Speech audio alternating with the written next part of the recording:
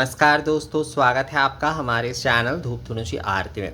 दोस्तों जैसे कि आप लोग जानते ही हैं कि पूर्वी भारत तथा जो है बंगाल के तरफ जैसे कि कोशाकुशी ही जो है सामान्य अर्घ्य पात्र के रूप में जो है वो प्रयोग किए जाते हैं। मुख्यतः अगर आप देखेंगे तो वहाँ पर ज़्यादा देवी पूजा से लेकर सभी पूजा में ज़्यादातर जो है देवी पूजा में खासकर जो है सामान्य अर्घ्य पात्र के लिए जो है कोशाकुशी का ही जो है वो प्रयोग किए जाते हैं।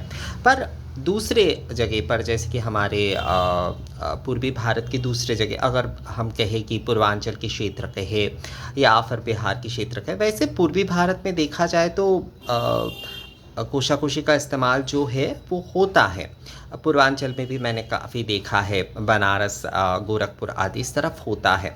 पर उसके साथ साथ जैसे कि इस प्रकार के जो पंचपात्र होते हैं उसका भी प्रयोग किए जाते हैं। कई जगह पर जैसे कि पीतल का होता है, कई जगह पर तांबे का होता है, और उत्तर पश्चिम या फिर जो है भारत के दूसरे क्षेत्र में जो है वहाँ पर मुख्यतः जो है इस प्रकार के पंचपात्र और जो है उद्धारिणी यानी कि ये चम्मच जो है उद्धारिणी कहते हैं, यही जो है मुख्यतः प्रयोग किए जाते हैं। तो बहुत सारे लोग कहते हैं कि दादा सामान्य अर्घ जो है वो क्या केवल जो है हम जो है केवल मात्र जो है कोशाकुशी में ही जो है स्थापन कर सकते हैं या फिर हमारे पास जो भी सारे हैं हम उसमें ही कर सकते हैं। तो आपके पास जो भी पात्र हैं जैसे कि पीतल का यहाँ पर आप देख रहे हैं तो आप इसमें भी कर सकते हैं। आप अगर जो है आपके पास जो है इस प्रकार का ये वाला जो है इसमें भी आप कर सकते, ये वाला है तो इसमें भी आप कर सकते। जो आपके वहाँ पर चलन में है आपको वही वाला लेना चाहिए। बहुत सारे लोग आजकल मैं देखता हूँ मुझे मेल भी करते हैं कि दादा हमारे पास कोशाकुशी नहीं है, कोशाकुशी का बंदोबस्त कर दीजिए, हम इस बार जो है पूजा में मन नहीं लगा पा रहे हैं, दुर्गा पूजा आदि में। तो इस प्रकार की भावना अपने मन में जो है बिल्कुल भी ना रखे। आपको सामान्य अर्घ स्थापन करने के लिए कहा गया है, ऐसा नहीं कहा गया है कि आपको कोशाकुशी में ही करना है। हाँ, ये जो है एक विशेष रूप से कोशाकुशी का प्रयोग जो है बंगाल तथा जो है जो कि पूर्वी भारत है वहाँ पर किए जाते हैं। पर इसका मतलब ये नहीं है कि आप जो है दूसरे ये जो पंचपात्र है और उद्धारिणी का प्रयोग जो है वो कर ही नहीं सकते सामान्य अर्घ में। सभी प्रकार के ये जो है, इसीलिए मैं आप लोगों को सभी प्रकार के ये पात्र जो है दिखा रहा हूँ कि इनमें से जो भी पात्र आप लोगों के पास है उनमें ही आप जो है सामान्य अर्घ स्थापन करते हुए जो है पूजन आदि कर सकते। देखिए, सामान्य अर्घ स्थापन का उद्देश्य होता है, सामान्य अर्घ जल जो होता है वो सप्त नदियों का जल होता है, तीर्थ जल होता है वो जो है। तो उस तीर्थ जल से जो है सभी कुछ जो है शोधन आदि किए जाते हैं और पूजन निवेदन आदि किए जाते हैं।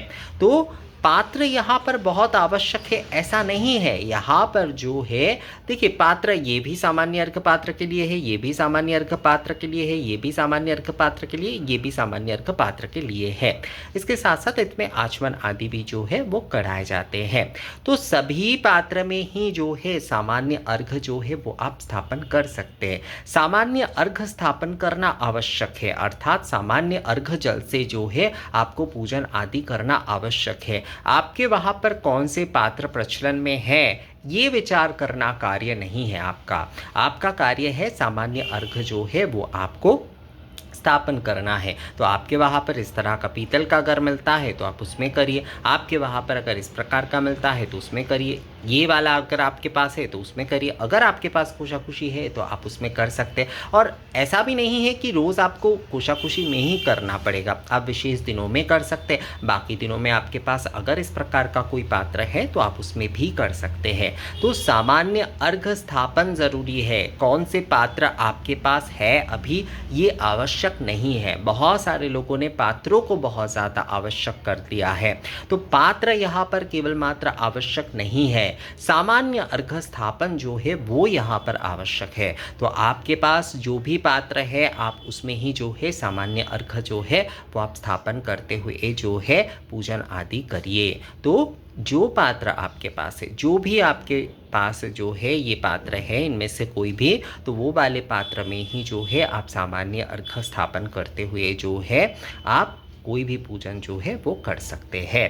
तो ये वीडियो कैसा लगा आप लोगों को मुझे कमेंट्स करके ज़रूर बताइएगा। मिलेंगे आपसे अगले वीडियो में, तब तक के लिए नमस्कार।